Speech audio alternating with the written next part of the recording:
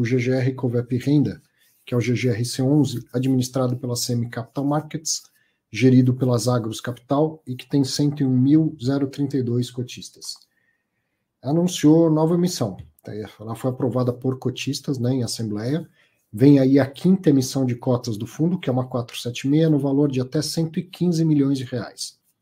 Tem direito de preferência no valor na proporção de 12,97%, mais sobras, mais adicional. Então, se você é cotista, você vai receber, arredondando aí, 13% de direitos de preferência do tamanho da sua posição. Você tem 100 cotas, você vai receber 13 direitos de preferência. O preço é de R$ 114,20, mais as taxas para pagar pela emissão de 30 centavos por cota, o que equivale a 0,28%. Então, no total, quem exercer vai pagar R$ 114,50. Se a taxa não cobrir todos os custos, a gestora arcará com a diferença. Então, olha aí, ó. Quanto custa para o fundo essa emissão? Custa para o fundo, 0, né? Para os cotistas, custa efetivamente 0,28%. Se precisar mais do que isso, a gestora arca com a diferença. Então, aqui a gente já sabe, desde o fato relevante, quanto que vai custar. Agora, quando custa 0,1, 0,30, seja lá, mas se faltar o fundo paga, aí a gente não tem como saber de fato quanto custou a operação, né? E o preço ele é baseado no valor patrimonial, mas descontado em 8,51%. Então ele está saindo, na prática, abaixo do patrimonial, mas o que o fato relevante diz é que a escolha do preço foi baseada no valor patrimonial e depois deram um desconto de 8,5%. Destinação dos recursos. Primeiro, pagamento da 4ª e última tranche do preço de aquisição do imóvel lá, Lojas Americanas, aquele galpão alugado para LASA, né, Lojas Americanas, e que foi vendido pelo HGLG e comprado pelo fundo, tem que pagar a última parcela, então estão captando para isso. E a amortização antecipada do CRI da série 478, da primeira emissão da UPEA Securitizadora. Cara, não dá para saber qual é, mas eu fui lá no fato relevante, tem o número, o código do CRI, então com isso aí sim você vai no site da B3 ou no site da securitizadora e levanta um monte de informação, aí tem um monte de detalhe. Então eu falei, teve pouco fato relevante na semana, eu pude brincar um pouco mais com eles, essa parte em azul não está no fato relevante, eu fui procurar as informações. Esse CRI, ele foi emitido esse ano, né, com a cessão dos contratos de locação da Hering e da Benteler. Foi uma alavancagem do fundo, inclusive para fazer frente ao pagamento de uma das tranches desse imóvel da Lojas Americanas, se não me engano. Foi feita esse ano essa operação. Ele custa IPCA mais 7,5%, vence só lá em 2036.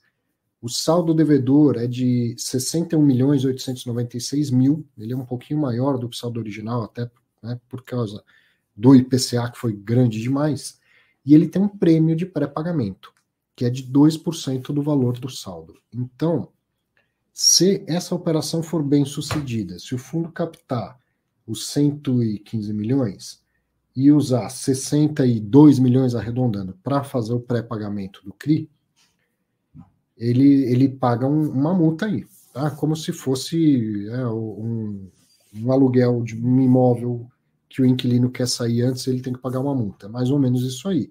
Aliás, eu sempre falo que emprestar dinheiro ou alugar um imóvel é praticamente a mesma coisa, certo? Em um, o nome dado é juros, no outro, o nome dado é aluguel. Mas nas duas operações, o que você tem? Um ativo, um deles é um ativo imobilizado, o outro ativo líquido, que é dinheiro, é o meu ativo e eu deixo você usar o meu imóvel ou o meu dinheiro. E cobro uma remuneração por isso. Juros quando é meu dinheiro, aluguel quando é o meu ativo imobilizado, o meu imóvel. Mas a operação, no final das contas, é praticamente a mesma. Então, se no imóvel aqui eu falo, se você sair antes, você tem que me pagar uma multa, por que não haveria essa possibilidade aqui também, né? A verdade é que o GGRC está alugando o dinheiro de outras pessoas, ele é inquilino do dinheiro de outras pessoas. E o contrato de aluguel do dinheiro dessas pessoas foi estabelecido para durar até 27 de fevereiro de 2036. E ele quer romper esse contrato de aluguel, que é direito dele, mas ele tem que pagar uma multa de 2%, um prêmio de pré-pagamento. Esse prêmio, aí eu fui ver lá com mais detalhes, mandei até um e-mail para o Felipe Ribeiro, tal, que entende muito mais de CRI do que eu, e aí eu fui confirmar, é isso mesmo que eu entendi e tal. Tem uma escadinha, olha que legal. Ele começa em legal sim, legal o professor que gosta de observar e aprender, né? Ele tem uma escadinha, a multa de pré-pagamento é 2%, até, sei lá, os 2 primeiros anos, se não me engano, depois vai para 3% e depois vai para 4% mais próximo do final. Então, quem alugou o dinheiro, ele quer receber IPCA mais 7,5%, ele não quer o pré-pagamento. E aí ele põe uma multa para isso. E essa multa, ela vai aumentando ao longo do tempo. Por quê? Se tem uma saída agora no começo, por que não é o contrário, né? Por que a multa não é maior no começo e menor ao longo do tempo? Estou aqui meio que especulando, querendo entender essa situação. Mas o fato é, quanto antes o dinheiro volta, maior a minha rentabilidade proporcionalmente, né? Ainda mais se tiver um fechamento de curva ou coisa assim. Maravilha. Quanto mais tempo o dinheiro está investido, como o dinheiro tem valor ao longo do tempo, menor é o meu ganho numa operação que eu saio. Apesar de que essa operação sai exatamente no preço que deveria ser, né? Porque está vendo o pré-pagamento.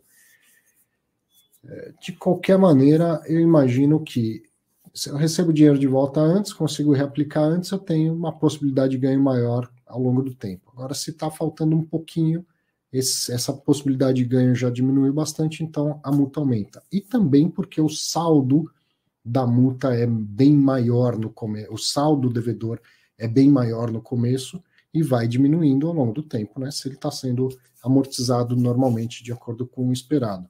Então também, agora a gente está falando de 2% sobre 60 e tantos milhões. Quando essa multa virar 4%, esse saldo devedor já vai ser bem menos da metade desses 60 milhões, então também é 4% sobre um valor menor.